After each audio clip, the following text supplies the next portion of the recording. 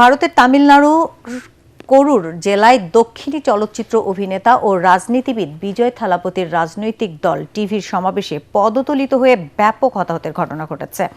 দেশটির সংবাদ মাধ্যমগুলোর তথ্য অনুযায়ী শনিবার রাত 12টা পর্যন্ত অন্তত 40 জন নিহতের খবর নিশ্চিত করেছে প্রশাসন।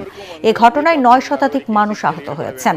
পুলিশ জানায় সমাবেশে হাজার হাজার মানুষের ভিড় জমে বিজয় থালাপতির ভাষণের শেষ দিকে হঠাৎ ভিড়ের মধ্যে ধাক্কাধাক্কি ও হুড়োহুড়ি শুরু হয়।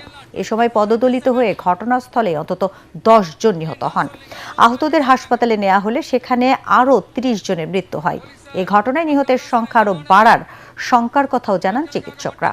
ঘটনার পরপরই প্রদেশটির মুখ্যমন্ত্রী এম.কে. স্ট্যালিন শোক প্রকাশ করে নিহতদের পরিবারকে আর্থিক সহায়তা দেওয়ারও ঘোষণা দিয়েছেন তিনি। পাশাপাশি আহতদের চিকিৎসায় সব ধরনের ব্যবস্থা নিতে স্থানীয় প্রশাসন ও স্বাস্থ্য কর্তৃপক্ষকে নির্দেশনা দেন।